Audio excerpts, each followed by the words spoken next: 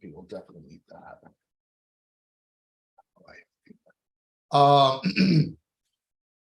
Hey, everybody. It looks like we may be live, so I will welcome you all to another OpenJS Foundation Cross-Project Council meeting. Today is the 20th of June, and I have a puppy. So let's see, let me grab this link, drop it into our notes here. That's the recording. Be quiet, you. Let's start with any announcements. Does anybody have any announcements? Yep. For CPC folks and also contributors and all OpenJS projects, Collab Summit has already a date. It's going to be on 18th of September on beautiful Bilbao. The venue, not 100% confirmed, but I believe, or is it confirmed already, Ben? I believe the venue is confirmed. It is then going to be the event venue again, right? Sound. Sorry, two people were talking at the same time. Yeah, I think you might have lost sound, Michael. I can hear. Okay, Yeah. never mind. Sorry. That's all right. Cool. So Collab Summit is on the 18th. Is that what you said? Yeah, exactly. Pretty much that's it. We're going to pretty much soon start organizing things, so people stay tuned in. And yeah, that's pretty much it. Oh yeah, and I think this edition you will not need to have a ticket for OpenJS World Open Source Summit to be able to attend it. Yeah, which is a big difference. Yeah. Yeah, that's great. That'll help a lot. Michael, you're on mute now. Sorry, I just said that's great to hear. And thanks for organizing again this time. So that's really great. Yeah, thank you. I'm just doing a tiny part of the job. Ben and Kylie are the champions here. It's really Kylie, let's be honest. I'm just along for the ride. So September 18th, alongside OSS Summit, EU and OpenJS Worldwide. Just put that in the notes. Great. Excellent. Is that the 18th? That's the day before the event starts, correct? Yes. Great. Excellent. Cool. So now's the time where I would ask about board updates, but I don't know if anybody here would have anything to share. It was last Friday, I think, right? Okay. Well, we will expect something from the gang next week or the week after the next actual meeting. Cool. Keeps things moving along. I'll jump into the agenda.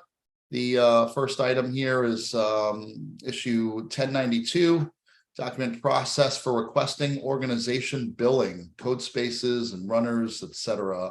This is from Claudio. Do you want to give us some background here or anything? Sure. Let me just recap in my mind what this was about. Okay, so pretty much I think with GitHub code spaces, I think it was code spaces that was enabled recently for Webpack, which was a request from one of the maintainers of Webpack. I think it was the first time that, since I was here at least, which is not much, that we enabled billing for a GitHub feature in one of our project members. And I wonder if we want to document, actual process of how, projects can request other features from GitHub. For example, there's one open issue for having large Windows runners and large Linux or macOS runners, I guess. Also for Webpack, and just having that documented and nice and titled would be really cool. As a formal, so teams can actually go around and request certain things. Yeah, if that makes sense. Yeah, I think we need to figure out what the process is first, and then we can document it. So yeah, I don't know. Yeah. We could. I know there are some GitHub issue templates that are being considered. We could have one for that sort of thing, or we could use a form. I know we've used forms for some other things. You know, this seems like it'd be a good thing to have in the open. For one, people, other folks might be like, oh yeah, I could use that for my project as well, and we could, you know, consider that. Yeah. I definitely should also have mentioned that, you know, I'm not sure if the process I can mention is there's a process at all. But if there's any or if there's none, you know, we can work on that together and document that when we have one. Yeah. Yeah, I don't think there is a formal process, if I'm not mistaken. Mhm. And it might be good for folks to comment on some thoughts there. But I think additionally, Ben, you know, and I don't know if this falls into your space or Robin or whoever, but if there are specific things that we would want to know. I mean, obviously, how much is to be expected, and you know, if there's any other parameters that we'd want to get clarity on in a request, it might be good to document. And then we can figure something out, even just try something, you know, start with a GitHub issue, see how that works or whatnot. Yeah, there's an issue there. So, you know, anybody from the, like Ben, if you have any like things that you remember from some code space was requested, if you can comment down there, etc. We can brainstorm and asynchronously, you know, start putting things together. Yeah, happy to do that. Thanks.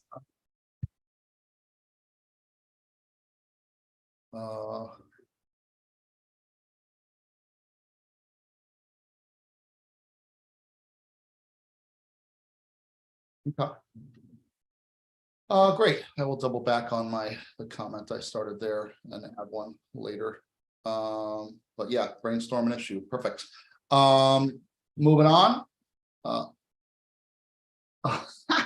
Sorry, my dog started my vacuum, my robot vacuum. It freaked me out for a minute. Next item on the agenda is enable payments for paid actions, large runners, etc. for Webpack. This is 1089. You know, this is I think, has this already been decided and moving forward? Does anybody know? Oh, this was 2 weeks ago. Was this, maybe I'm even thinking about a different thing that Webpack asked for. Are we talking about 1089? Yes. Yeah, like my last comment was mine, and it was just giving a plus one, you know, for the request. I also wonder if that will be helpful. I mean, I don't really think so, because we have our own infrastructure for, you know, on a Node.js for runners. But for things non-core that, you know, might benefit from large runners, you know, who knows?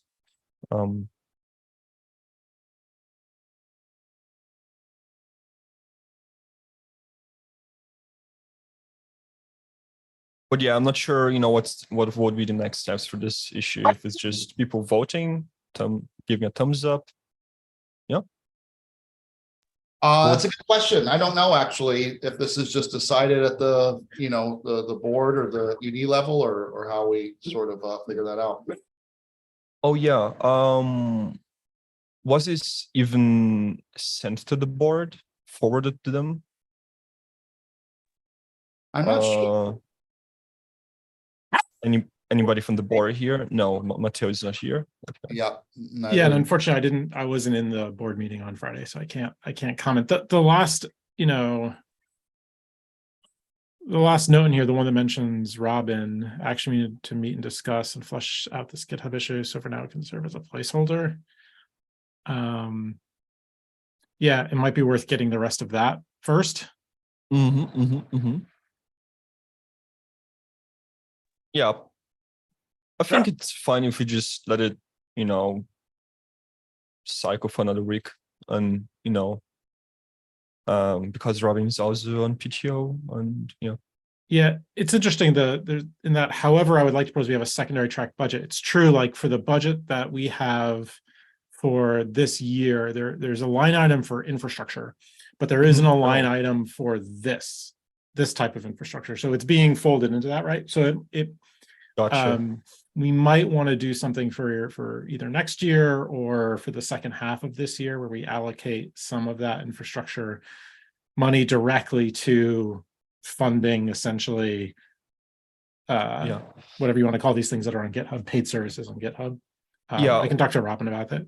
What I also wonder is, for example, code spaces, are we actually paying right now, or did GitHub actually offer? Because I remember that we had talks with some people from GitHub to actually provide this to us. I don't know what actually happened. I know that it's enabled already. So was it actually free, or are we paying for this actually? I can only speak about Webpack. We Okay, are yeah, for Webpack. funding codes. We are funding code spaces on Webpack. So they have a budget per Oh. month of like $100. And see. we also are funding GitHub Actions for Node.js for a similar budget. Gotcha. So that's probably a completely different topic, but you know, Abby is also not here, so also hard to ask if actually. But did we ask for GitHub?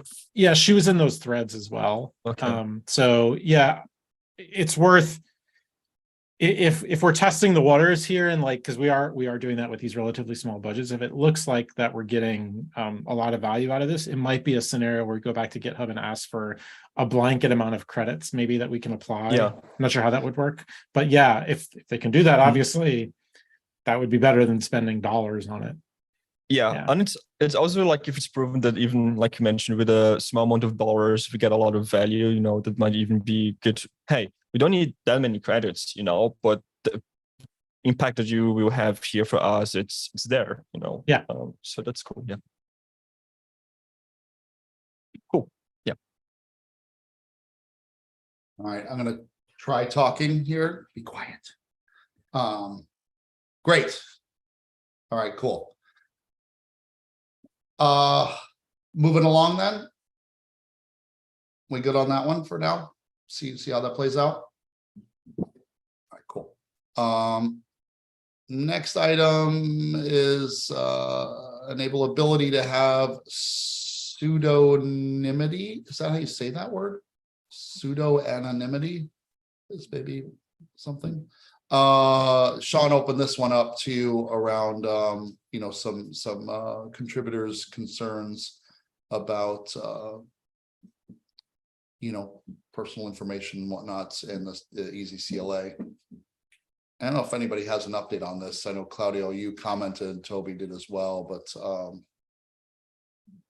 oh yes, I think the comment here. So if I recall the whole context before, it was somebody, I think it was also Webpack again, because you use easy CLA.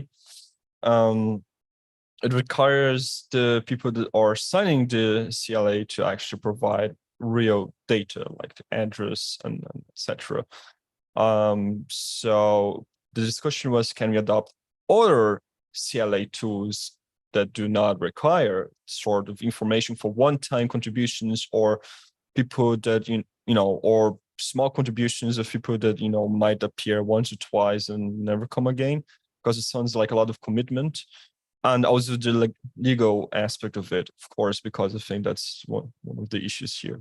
But I definitely believe in the developer experience benefit in this. You know, me as I mean, me as an individual, I don't have any issues providing data as a CLA, but I can see that discouraging people to, you know, make contributions, even valuable ones, because they need to sign a legal document, you know, that requires information.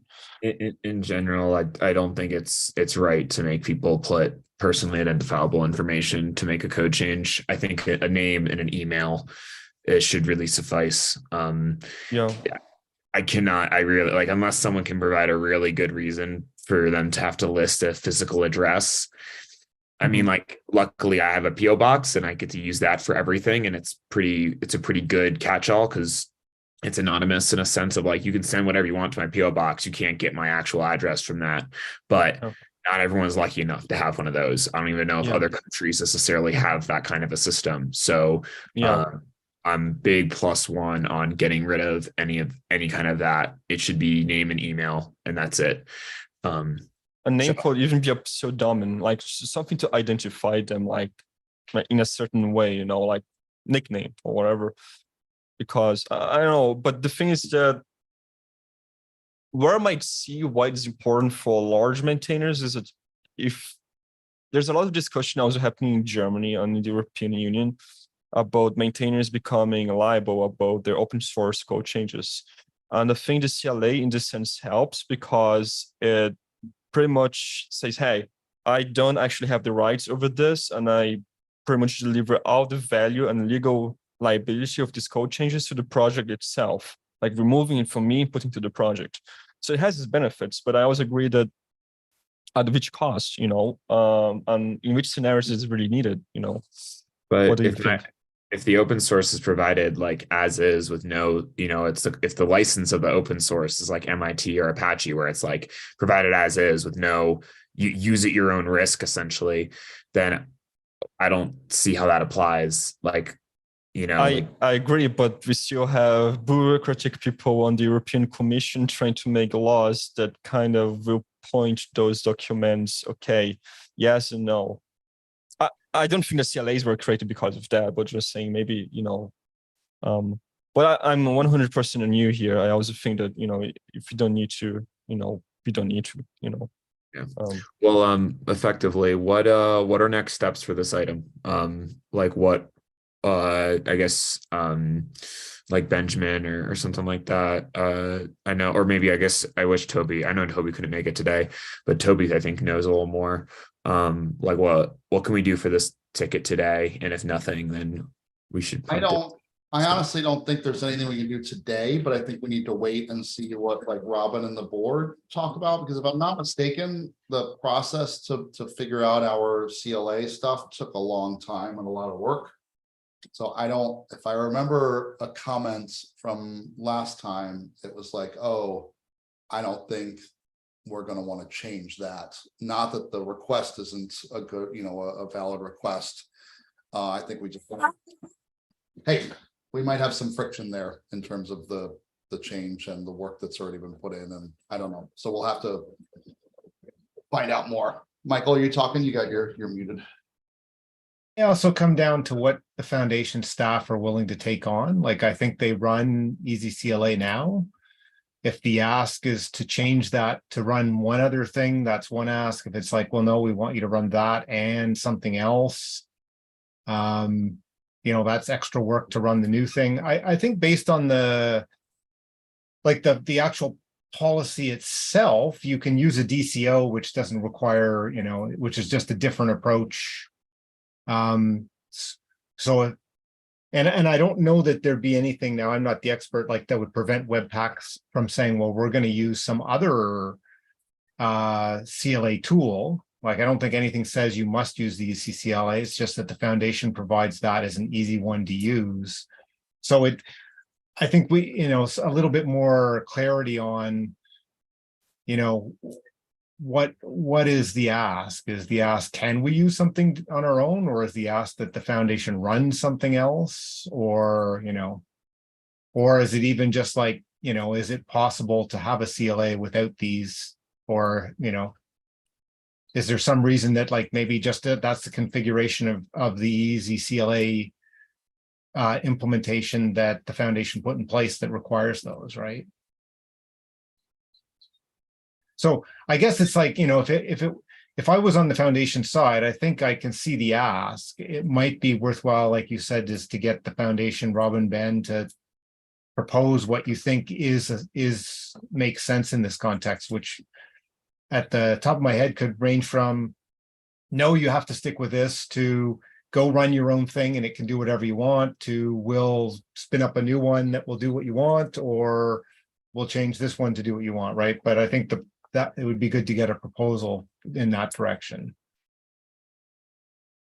Yeah, Does that make sense, Ben, to you?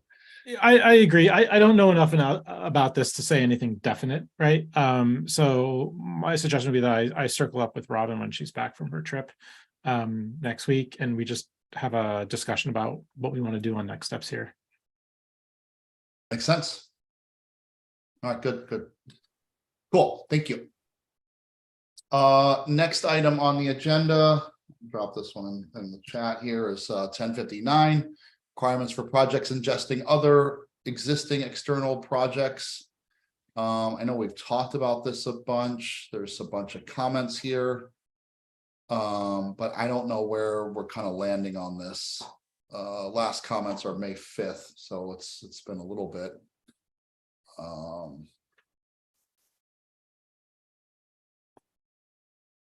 Just kind of reading Toby's last comment.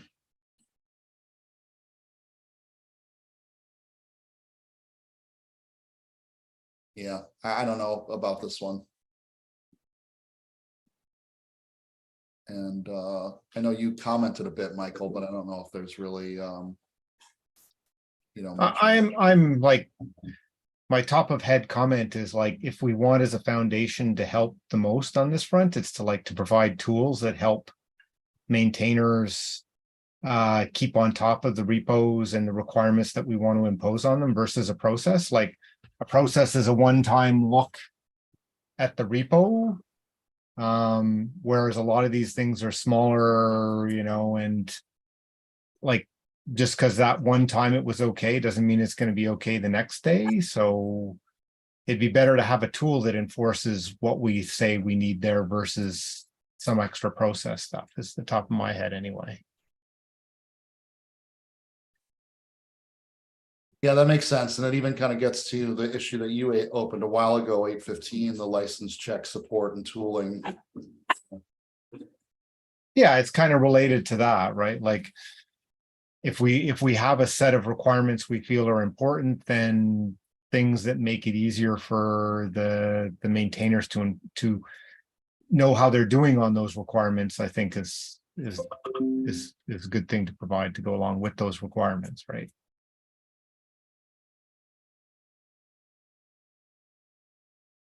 Yeah, absolutely. That makes sense.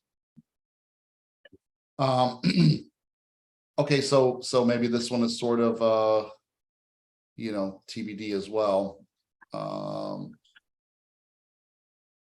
Maybe we can work through it in the issue a little bit more, or at least see what happens before next meeting. Oh, so much going on. Okay, I'm gonna move along. The next 2 or 3 items here, I think are all still kind of waiting, or at least we haven't heard if it's been discussed at the board meeting on Friday.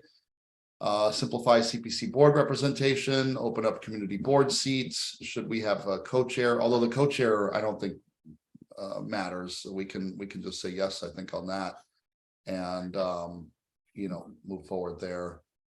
So I'm going to open up that one and see what the last comments are on this one. Yeah, this is still, there aren't any comments here, but I think, folks, there's no real objection on this one. Maybe I'll even just say no objection on this issue. Let's figure out how to forward. And I think, if I'm not mistaken, Toby had some stuff going on for a couple of weeks. And he and I were going to work on this when he gets done with that. I'm in a similar position. I'm booked this month pretty solidly. So July 1st, hopefully he and I can work on this. And additionally, he and I were talking about working on the next couple of, at least one of these items, the contributor covenant code of conduct to be 2.1. The I'll share with the gang here because I'm not sure how much it's been discussed, but we've been considering abandoning this like tooling approach to the code of conduct, like patching, because it got a little bit complicated and we ended up having to like compare like diffs of patch files, which is kind of like a diff of a diff, and it's painful and makes your head hurt. And the code of conduct doesn't update that much, so maybe we were over architecting and prematurely optimizing, so we might abandon the whole effort. I talked to Yagiz about it, who did some of the work, and he's okay with that. He's not mad that he did a bunch of work that we're just going to throw away. He understands. So I think the plan for that part too is that when Toby is freed up, he and I are going to sit down and figure out how we work our way towards a good solution on that as well, which I think is really just a manual solution again. Hey, we bring in the upstream and see if we need to make any changes or what. So So that covers that, the code of conduct issue. There's a clarify requirements around COC violation that I think will follow there as well. I assume the license check support and tooling does not have an update yet. Ben, correct me if I'm wrong. Because I think we're sort of waiting on LFIT there. I don't know if anyone can see the mayhem happening behind me, around me. This is my life now. Yeah, when you get a wolf puppy. Yeah. And I have a black lab who's 4 years old, which is pretty much still a puppy too. So they really entertain each other, which is great. Joe, this is I wasn't aware of this issue. I don't know if this is being tracked in Jira or whatever, but I think this is something to follow up on, given the last update here is, I mean, there's some discussion with the last official update of, I'm just looking through. Yeah, for folks who are wondering, this is issue 815, license check support and tooling. Michael opened this November 26, 2021. You know, we found some solutions or some parts of the solution, and I think that we were just waiting on LFIT to kind of you know, come back with any thoughts. But I think additionally, in looking at this, you know, correct me if I'm wrong, I think it was Michael who suggested that maybe we just have, I'm looking here, essentially trying to cover 2 use cases, have the foundation run on project repos orgs for license COC and other requirements, and then directions for projects in the project resources directory to run it themselves. You know, Node.js creates repos regularly. It would be good to regularly run to be sure licenses are present and acceptable. So Yeah, it was just, I think, like there's the 2 use cases have been covered. One is like to do a deep dive of all the licenses within a repo, but the simpler one was related to that other point about like, hey, we've got new projects coming in. We want to make sure we're doing the right thing. Some tooling to make sure that, hey, you've got a license in each of your repos and it's the right license. That was kind of a very first step of something that would help maintainers do that, right? As you get those new repos being created, as we see quite often in the Node project. yeah, that makes sense. So I don't know if we just need some help in like setting this up to run for our projects repos for our own checks, or maybe directions on folks to do it themselves. So I opened it as just hey, this is an area that the foundation could provide value. Like, here's a way, especially since it's driven from the foundation, from the CPC, we've got a stake in this being done correctly, right? So this is something that the foundation, I know projects can go figure it out ourselves. Jordan was diving in and saying, hey, here's a tool. And yeah, I could go, if I had the time, I could go configure it myself, figure it all out myself. My only motivation for doing the suggestion in the first place was like, hey, this is something where the foundation could add value by figuring this out for projects so that they wouldn't have to actually figure it out or understand it, and just, hey, here's the tool. As we get a new project, we add them in. It's like, hey, here's some information, and you can check here and always see where you're at. I think the reception was positive to that, but it's been blocked on like Linux IT having resources. And so it's just basically waiting until they do have resources to do something. And so I even asked if we should take it off the agenda at one point, because like until that happens, I don't think us talking about it really makes sense, right? Yeah, there's even a label waiting on staff update. And so is the thinking that maybe we would have like some sort of status page that projects could check, or, you know, what's the implementation look like, do we think? That I didn't predispose either, right? Like, you know, if it's it's almost like, you know, it came back to like, why would we add a process to approve the CPC to approve something will move over? It's because the CPC wants to make sure that these things are right. So it seems to me like it would be a good thing, like if as a CPC, we think this is important to keep on top of, it's maybe something that we should have a tool that runs against our projects, tells us whether we thinks it looks good or not. And then we can make that easily consumable by the projects as well, right? And it kind of comes down to like, if we as a group think it's important enough, we should be on top of being sure. If it's not that important, we can just ask the projects to do their best, right? Or, you know, it comes down to that side of things. Is it a place where the foundation can add value and make it easier on everybody? Yeah, I think even like instead of a status board, maybe just have like a search field where you just plug in a GitHub org and it tells you, you know, gives you an output, you know, Yep. we could do that, like if somebody applies, you know, to join the foundation, we can just drop it in there and be like, well, okay, so here's something we need to work on or Yeah. Yeah. 6 repos have licenses. They're all acceptable based on what our policy says. There's another 5 that don't have licenses at all, right? And that would be an easy thing where hopefully it would be automatable. We could set up like an action in the node project that says, hey, let's run this once a week. And, you know, emails the TSC if there's ones where that there aren't that don't have licenses. And that way, we'll just catch the ones where we're missing one, add the license in, right? Yeah. Because right now we do it like, you know, when we have a process where we say, hey, we're going to transfer this thing in, people individually will look and say, well, like, does it have our code of conduct boilerplate? Does it have a license boilerplate? But it's ad hoc, which is fine. But, you know, as we know, the more you automate, the more likely you're to get it right. Yeah. That's interesting. And the repo report is, you know, Jordan's, he's the collaborator there. I almost wonder if this would be good for, I'm surprised that this isn't already a thing that people have already made, like where you can just drop in a GitHub org or repo. I mean, an org would be good because then it can go through the whole thing, but interesting. Okay.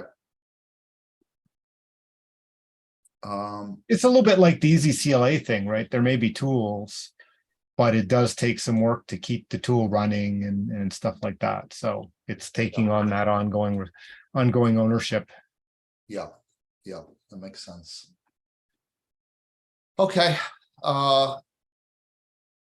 So yeah.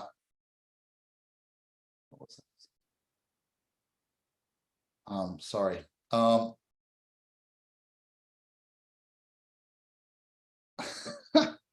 Okay, so Ben, you're gonna follow up with IT on this, and we could just put some more thought into it too. I wonder how hard it would be to just spin something up that would work.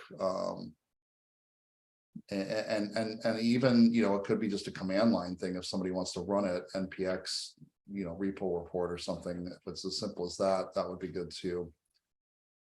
All right, cool. Well, we can look more into this. I guess leave it on the agenda for now. I hesitate to volunteer because I've already volunteered for too many things that I'm not getting done. So the next item is clarify requirements around COC violation. You know, that's kind of also, you know, was held up on the COC stuff. Oh, that's the microwave. Sorry. Okay. But that's like, you know, on the list of things to do once we get the code of conduct stuff sorted out. I think there's just a checklist in there that we want to make sure we've checked everything off of, and then we can take that off, we can close it and stuff.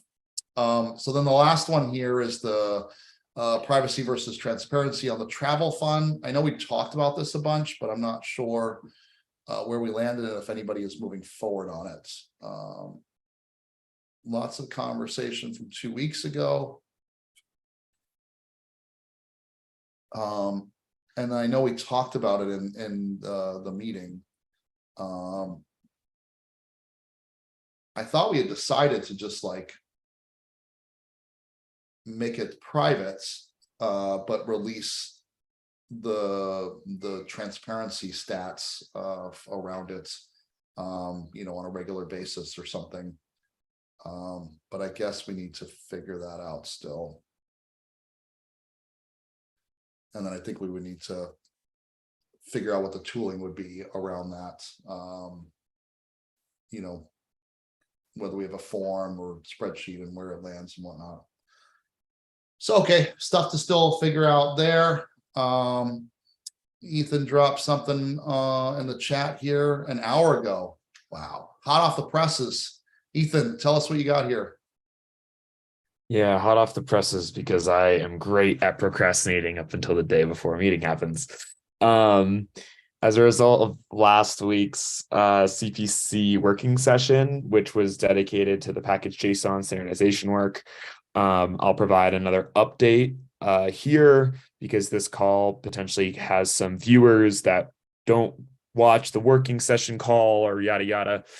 Basically, in the shortest way I can explain it possible, rather than doing a top-down approach of just saying we're going to standardize package JSON, we're going to flip it and do a bottom-up approach where we're now saying we're going to standardize different pieces of package JSON, ideally leading to a standardization of package JSON in the long run. This will let us focus and do more discrete pieces of work over time, more discrete efforts, and also be a little more attainable because smaller chunks are easier to do than moving mountains. With that said, another identified aspect of this work is why did we want to standardize package JSON? And it's one of the major reasons is developer experience. So in order to do two things, first, improve developer experience, and second, lay the foundation of our bottom-up approach, we are going to create what I'm currently calling it a research hub, which is going to be a collection of documentation of package JSON from around the web, all into a single place. In this thing I linked, I mentioned that at first this is going to just be a collection of markdown files. I plan on what I'm hoping to get done today, or at least this soon, is create a repo that has some processes laid out, basically saying like, here is how you essentially claim work or do work. You open a pull request, you add a file contains this content. We review your PR, and if all looks good, we merge it and we go from there. And then by making everything markdown from the start, that will lead us to be able to potentially build a website in the future, basically like MDX powered most likely, that lets us just render those markdown pages to a web page that people can then view. This ideally will solve some of our developer experience problems where it will be less confusing how different fields are specified for which tools and whatnot. And the other reason I mentioned earlier, as it lays a foundation for other work, we'll be able to really get a sense for how certain fields are being used across our industry and across all these various tools. And that will be sort of the starting point for some of our next pieces of work, which is talking about standardizing SEMVer, standardizing how dependencies are noted in a package JSON, or at least not necessarily standardizing like the dependency property, like the key, and then you have dev dep and whatever. But it's the contents within any of those dependency declarations. So like Vercel, and then it would be a version number. What is that standard for that version number? Ideally, we could maybe get that backed by SEMVer and start to align how all of those dependencies are defined across project package JSONs for various different runtimes and package managers and whatnot. So yeah, that's kind of the high level summary of things. If anyone has any questions now, I'm happy to answer. Otherwise, join us when we for the future work.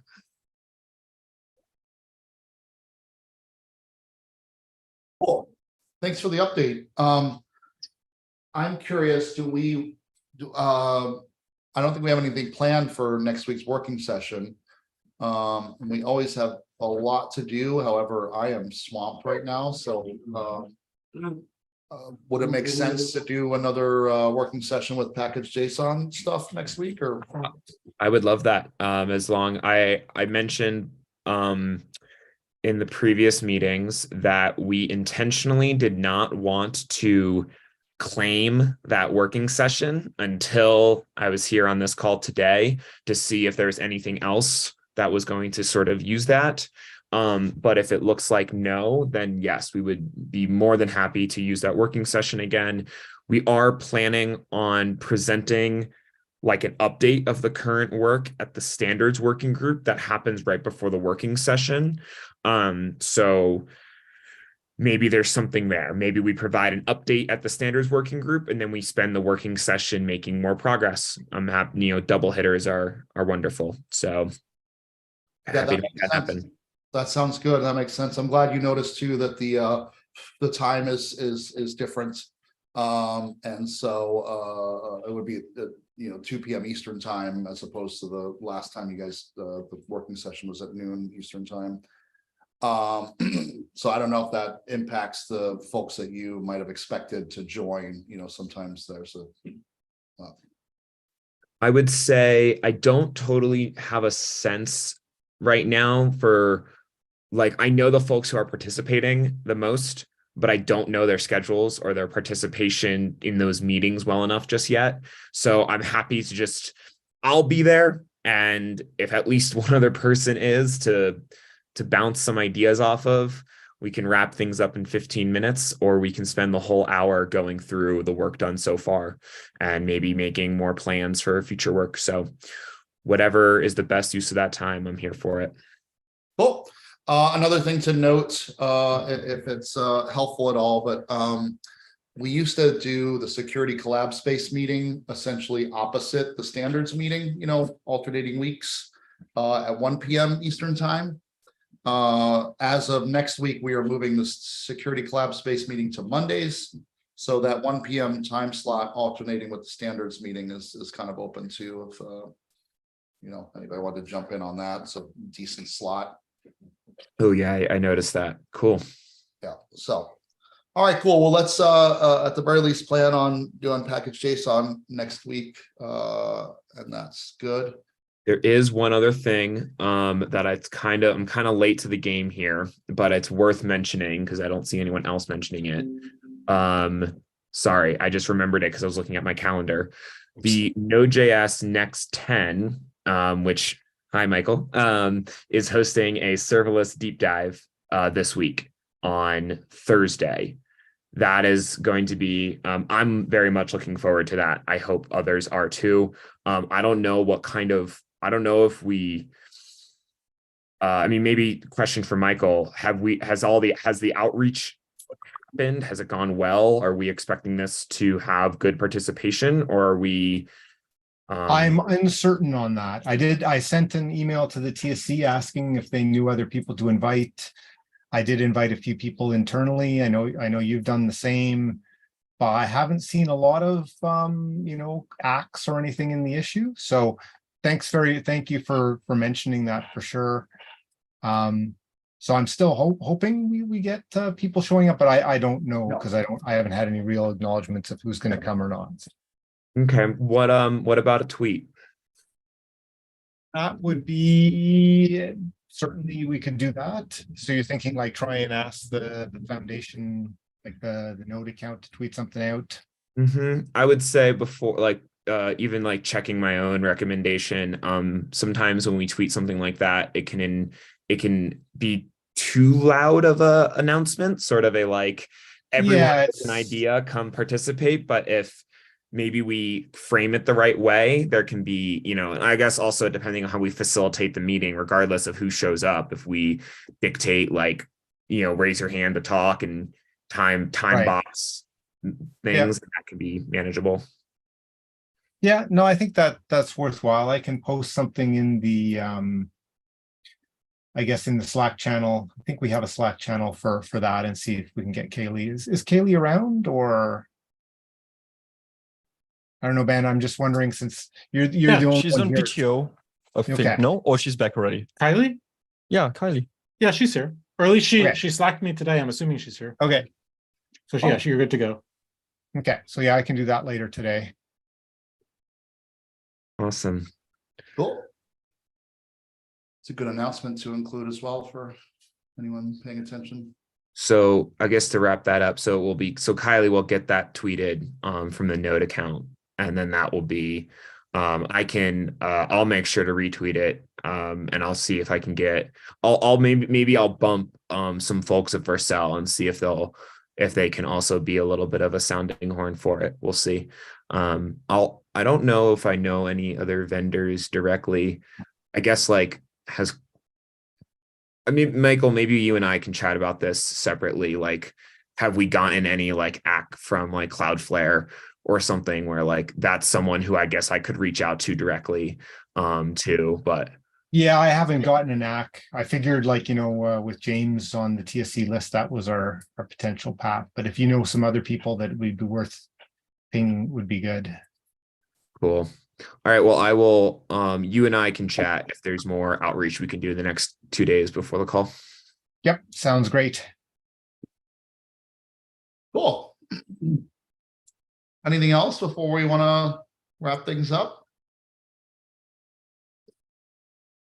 If not, I will stop the stream and